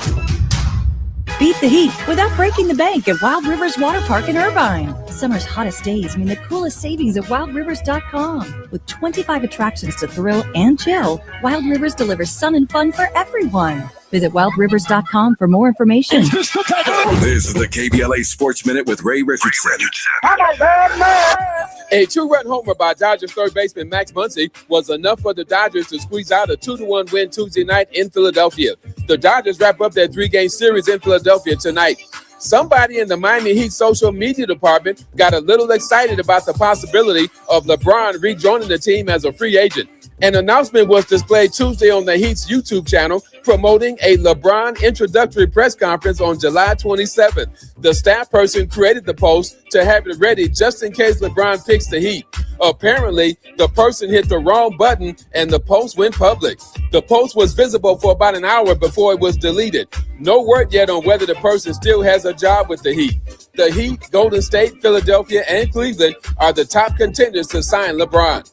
No debates, no speculation, just the info you need. That's your KBLA Sports Minute. I'm Ray Richardson on KBLA Talk 1580. This isn't a talk show. It's a town hall with no walls. This is KBLA Talk 1580. This summer, the Honey Pepper Pimento Chicken Sandwich and Pineapple Dragon Fruit and Sprite are back at Chick-fil-A.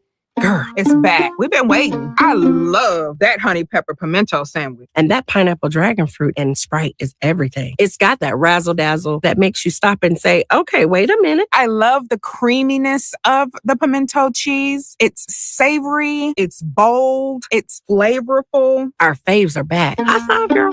Which fan favorite will you choose? Real customers paid for their testimonials. Number 14. That's where Talkers Magazine ranked Tavis Smiley on their heavy 100 list of the 100 most important talk radio hosts in America. Join Tavis weekdays, 9 a.m. to noon or 9 p.m. to midnight, only on KBLA Talk 1580. In a world full of noise, one station keeps it real. KBLA Talk 1580, where the conversation goes deeper, the voices sound like yours, and the issues that matter most to our community take center stage. Progressive, powerful, unapologetically us. Whether you're driving through the city or tuning in from your home or office, join the public square. KBLA Talk 1580. Your home for talk that enlightens, encourages, and empowers. Listen live on our free KBLA 1580 app, on our website at KBLA1580.com, or on your radio dial at 1580 AM. Unapologetically progressive. Hey there, Los Angeles. This is James Lucky Jr., publisher and editor of Los Angeles News Observer. Are you hungry for news that matters to you in the African-American communities of Los Angeles? Well, buckle up, because we got the scoop you've been craving. Stay in the know and never miss a beat with our free weekly publications conveniently available near you. Or hop on the digital wave and become an exclusive subscriber at OGNSC.com. Don't forget to join the party on Instagram and Twitter at OGNSCINC for behind-the-scenes access and sizzling updates. No more FOMO. Let's stay informed, connected, and empowered together. You're listening to Jesse Jackson Jr. on KBLA Talk 1580. The Jesse Jackson Jr. Show. The Jesse Jackson Jr. Show. The Jesse Jackson Jr. Show. The Jesse Jackson Jr. Show. King Quality drops the beat. Come on and talk with me. Come on and listen to the need. Come on and talk with me. Come on and listen to the need. KBLA Talk 1580. Download the app. I'm Jesse Jackson Jr. Welcome forward to the Jesse Jackson Jr. Show on KBLA Talk 1580. We're in the politics of our faith with Reverend Dr. S. Todd Yeary. Dr. Yeary is the founding principal of SALT, a strategic advocacy and legislative think tank, a faith-based policy collaborative that works on regional and national empowerment strategies and impacting disaffected communities. He's often called upon to facilitate creative conversations that solve challenging public policy problems. Dr. Yeary, welcome forward to the show. Always good to be with you, my brother. There's a whole lot going on. Doc, let me go back to Brother Nolan Wells for a moment, because I had this 6 minutes during our intermission, if you will, to reflect upon my own son. And I'm going to try and not be emotional about it, but it's the reality that every Black parent, maybe even every brown parent in this very heightened environment of immigration enforcement without due process of laws, is going through. My son is healthy. He doesn't have a heart condition. He's an athlete. He's blessed and fortunate enough to be on his father's health care plan. He doesn't have a kidney problem. He doesn't have a mental problem. He doesn't have brain problems, all of his limbs and organs, as far as I can tell, are that of a healthy 22-year-old. Nolan Wells was an athlete. He'd passed a number of physicals in order to be an athlete for the community college that he played football. You just don't walk on the team.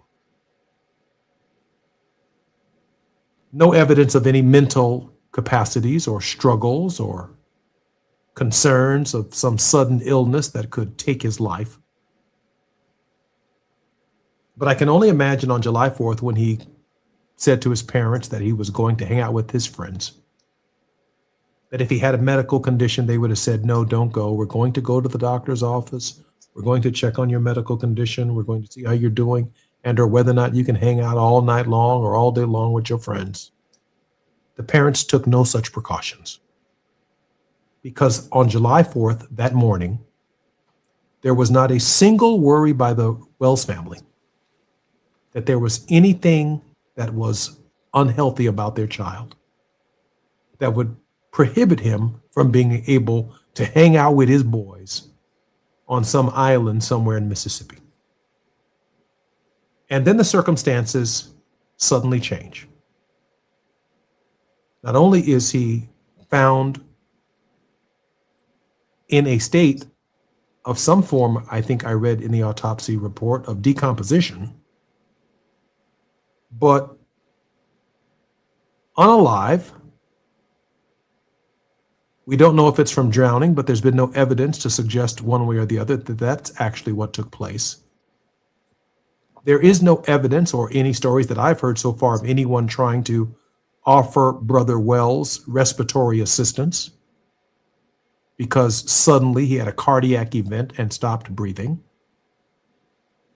We are led to believe that a perfectly healthy child, now I'm not an investigator, who woke up on July 4th, whose parents had no worries about his activities hanging out with his young friends, that something took place so catastrophic and so suddenly that he did not return home and was subsequently found deceased. This fact pattern, from my perspective, Dr. Urey, is unimaginable, and it's almost unreconcilable. Dr. Urey, you've covered more of these cases than I can ever imagine. Yeah.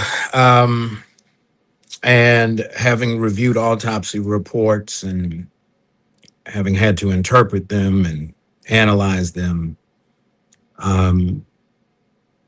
because there's only so much information you can put out publicly, I'm just thinking through where are the questions that I would have. One, he was found dead in the water. I would want to find out, of course, depending on the water temperature, about what time they think death actually occurred. They can calculate that by trying to figure out what the body temperature is at a certain amount of time and do some factoring.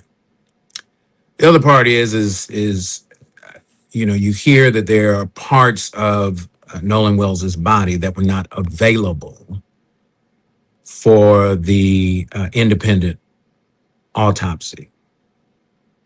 So there's some literally, and not to be pejorative, but there are pieces missing. What's going on with his lungs? He's found in the water. Were there signs of water in the lungs? Did he exasperate? Did he drown? I haven't heard drowning. So was he deceased when his body is in the water? That would be a question.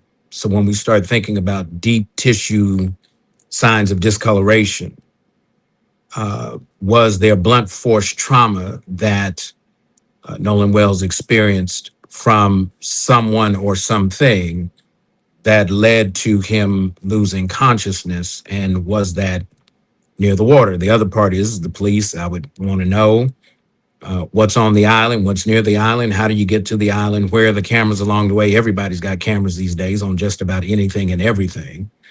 What kind of camera evidence are they putting together to kind of see what the activity was on July 4th after the time that Nolan Wells leaves his home with his parents and he hooks up with his colleagues to go wherever they're going. And so there's a lot here that it sounds like there are a lot of missing pieces, the part of investigations. In order to get to the right answers, you got to know how to ask the right questions. And I'm not sure those questions have all been exhausted.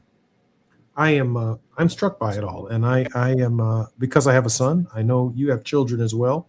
And I know every Black parent, maybe even brown parent, maybe even white parent of goodwill, giving some thought to the surrounding events, are scratching their head and asking themselves the questions that the Wells family are asking right now at this moment.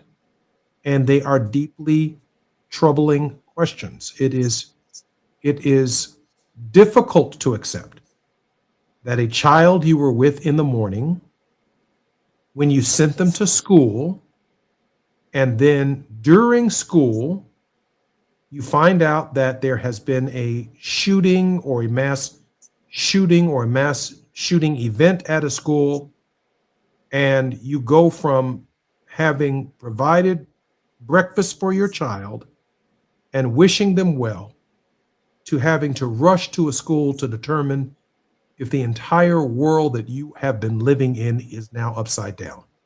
Many parents are blessed to know that their children have been safe under these environments. But then for the unfortunate few who've been victims of these events, the questions continue to linger. And getting to the bottom of those questions is a profound emotional human experience and process that no one should have to go through alone. And so this is not a game trying to get to the truth. Getting to the truth is about also getting a good night's sleep. Getting to the cause of justice is also about getting a good night's sleep. It has everything to do with the rest of the living people's lives, trying to find answers to unanswered questions for a young man who used to sprint, who had no problem, based on what we've been told, swimming.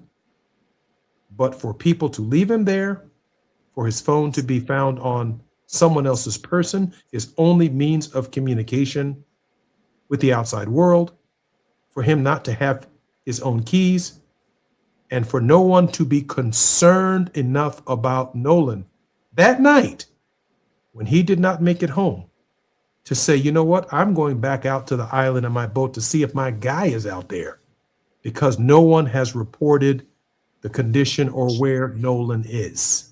That's a problem. That's a problem for how we relate to our neighbors. And it goes to the heart of our faith, not just to the criminal justice system, not to the faith of what it means to be an American. It goes to our trust and our belief in our American neighbors, our compatriots, our family, our friends. And so I'm struck in this moment because in a real sense, our faith has been untethered. That if something happens to me on an island with my friends, that they're going to leave me, that they're not going to call my parents and say something is wrong, that they're not going to notify the authority, that you don't care enough about me and my personhood or my being to share with people where I am or the condition that I'm in, whether I'm inebriated, out of my mind, having an out-of-body experience, or arrested by the local authorities. It's unimaginable that people in my space would not come to my support and rescue. It's difficult to accept. I'm Jesse Jackson Jr. You're listening to the Jesse Jackson Jr. Show on KBLA Talk 1580. More with Dr. S. Todd Yeary and the politics of our faith when we come forward. While you're stuck in traffic, we can at least bring you up to speed on the news of the day. You're listening to Jesse Jackson Jr. only on KBLA Talk 1580. Listen up, KBLA delegation. We have something you need to hear. Right now, you may qualify for low-cost home internet. And we're not talking about a catch. This is real. Many internet service providers offer low-cost internet plans if anyone in your household is enrolled in CalFresh, Medi-Cal, SSI, or is income eligible.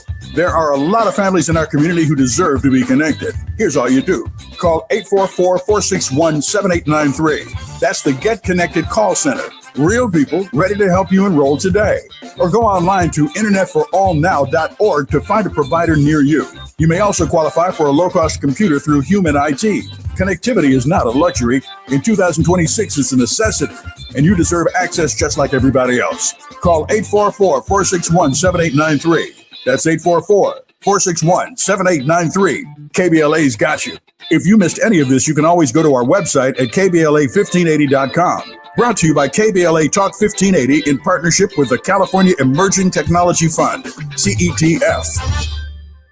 Are you drowning in IRS tax debt? Angela was. She called Civic Tax Relief and saved over $80,000. Felicia was having health problems, got behind on her taxes, interest and penalties were adding up. She called Civic Tax Relief and saved over $15,000. Civic Tax Relief is a professional tax negotiation firm that can protect you from the IRS. If you're getting collection letters, call Civic Tax Relief for a free consultation. They will go to work helping you discover all the relief programs you may qualify for free. James owed the IRS $37,000. Civic Tax Relief represented him against the IRS, and by the time everything was completed, he did not owe the IRS anything. If you are in trouble with the IRS, call Civic Tax Relief for your free consultation now. 800-200-2257. 800-200-2257. Get a free consultation and real tax relief. Call 800-200-2257. 800-200-2257. KBLA Talk 1580. We've got a lot to talk about.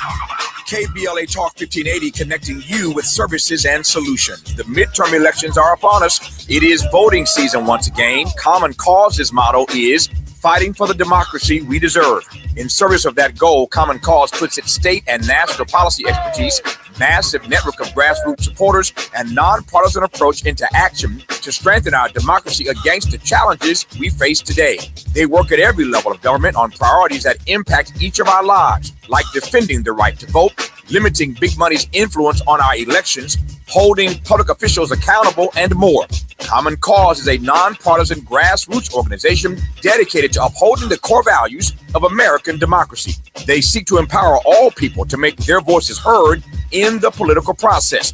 This election may be the most important one ever. If you'd like to make a donation or volunteer in service to the Constitution, please visit commoncause.org. That's commoncause.org. This is a community call to action from KBLA Talk 1580.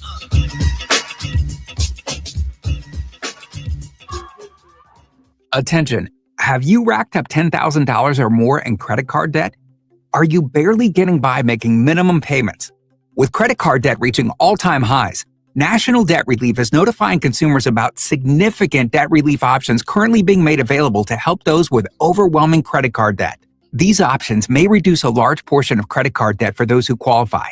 You don't need to declare bankruptcy or take out a consolidation loan, and you may only have to pay back a fraction of what you owe, even if you have bad credit. National Debt Relief has already reduced the credit card debt for more than 550,000 consumers, so don't wait. If you owe $10,000, $20,000, or even $100,000 in credit card debt, you can now take advantage of this financial debt relief as the cost of living continues to skyrocket. To check what debt reduction you may qualify for, call 800-324-3030. That's 800-324-3030. Again, that's 800-324-3030. Let me put my hard hat on, go back outside, and see if these procrastination Crenshaw construction crews have shown up yet. I'm saving space for grace, but if these trucks don't show up soon, well, you already know. Destination Crenshaw, your time is up. With a KBLA Talk 1580 editorial, I'm Tavis Smiley.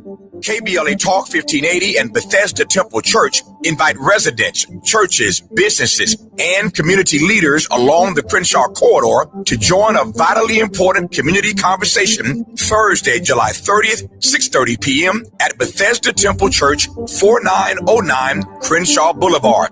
For years now, this community has been living with unkept promises and the devastating effects of the unfinished Destination Crenshaw construction project, leaving residents, businesses, and churches to deal with myriad problems, including the loss of parking, restricted access, traffic congestion, and a lack of emergency vehicle access when it matters most. For years now, Procrastination Crenshaw has directly contributed to the loss of customer revenue for local Black-owned businesses and, sadly, has forced the closure of some businesses along this 1.3-mile corridor. For years now, churches have been experiencing decreased attendance due to the elimination of parking, and social service programs for vulnerable fellow citizens have been altogether halted. For years now, residents have watched their quality of life erode, and nothing has been done about it. If they think they can get away with treating Black folk like second-class citizens, they better think again. You better think about what you're trying to do to me. This town hall meeting is a reckoning, a public witness, an opportunity for impacted community members to share their experiences for the public record as we prepare to hold those responsible accountable for this enduring nightmare. So please join us Thursday, July 30th, 6:30 p.m. at Bethesda Temple Church, 4909 Crenshaw Boulevard. This town hall meeting is free and open to the public, but registration is required at KBLA1580.com. With a KBLA Talk 1580 editorial, I'm Tavis Smiley, and as always, we welcome your feedback. Now back to more of Jesse Jackson Jr. on KBLA Talk 1580. The Jesse Jackson Jr. Show. The Jesse Jackson Jr. Show. The Jesse Jackson Jr. Show. The Jesse Jackson Jr. Show. King Volley, drop the beat. Come on and talk with me. Come on and listen to the me. I'm Jesse Jackson Jr. Looking forward to the Jesse Jackson Jr. Show on KBLA Talk 1580. I do have a couple of final questions I'd like to ask Dr. S. Todd Yeary in this moment that we close out our show. Dr. Yeary's been the principal of the law firm. He is both in the courtroom. He's the pastor of a church, the Douglas Memorial Community Church. He's also been an executive, in fact, the chief executive officer of the Rainbow Push Coalition, an organization founded by my father, the Reverend Jesse Jackson. He's also been a member of the board and has worked very closely with Reverend Al Sharpton at the National Action Network. And he's been the political action chair for the Maryland State Conference of the NAACP in the state of Maryland. And in light of the fact that the NAACP, our nation's oldest organization, civil rights, human rights organization, is holding its convention in Chicago right now at this hour, I'm wondering, Dr. Yeary, if our organizations, through your very unique vantage point as having worked with many of them, are they tooled for the current political, economic, social, and cultural crisis that we are confronting as a people, as a community, and as a country? Are they ready, Dr. Yeary? Well, it's a great question. It's actually two questions. First question is, are they tooled? You only find that out through the process of engagement, which then gets us to the second question. Are they ready? Now, that's why I believe unequivocally that they are, right? You never, having sat with just some of the most profound thinkers, your father amongst them, who walks now with us in spirit, they didn't always walk in knowing that they had it figured out. They started by believing that they had the intestinal fortitude, the capacity to work through it, recognizing that it was going to require courage and resilience and persistence and tenacity. And I think too often, unfortunately, in our politics, we want the answer to be given to us like it's an open book test. The question isn't whether or not you have the answer. That's why there's so much frustration in the body politic, because they keep offering answers when they haven't really honed in on what's the real question. And so whoever has the courage to ask the right questions, tough questions, difficult questions, painful questions, those are going to be the organizations, the persons, the advocates, the organizers who are going to help us get to the right answers, because the answers don't come through the civil rights organizations. The answers come through the conversations the civil rights organizations have with the people who have the problems that need answering in the first place. Something to ponder, a lot to think about from someone who has had access to 3, if not more, of these civil and human rights organizations for such a time as this. Dr. Uri, a word of hope for our national audience.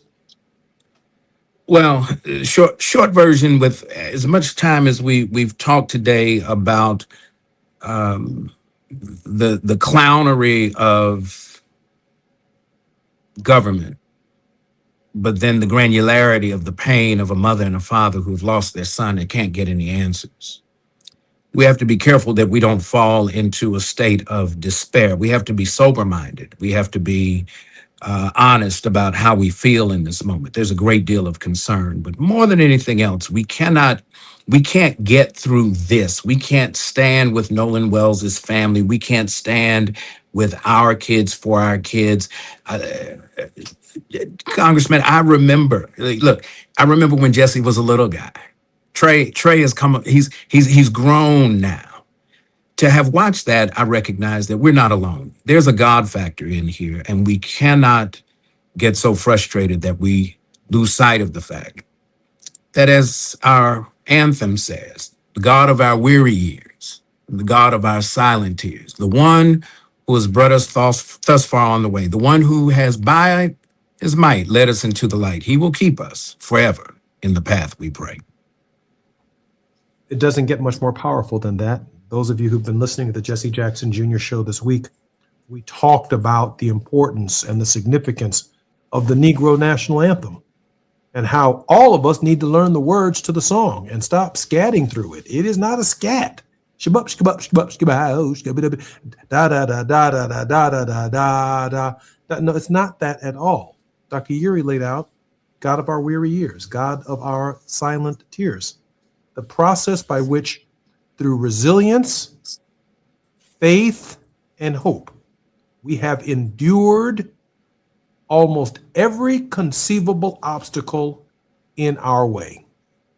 And just as the strength of what is taking place in the Wells household today, every one of our households in some way, shape, or form or format have had to experience some form of this resilience, of this hope, of this making it in spite of. Dr. Uri, welcome. Thank you for being on the show this week. Always good to be with you, my brother. Look forward to seeing you next week. I'm Jesse Jackson Jr. You've been listening to the Jesse Jackson Jr. Show on KBLA Talk 1580. Up next, Brother DL. God bless everybody. See you all tomorrow. KBLA 1580 Santa Monica.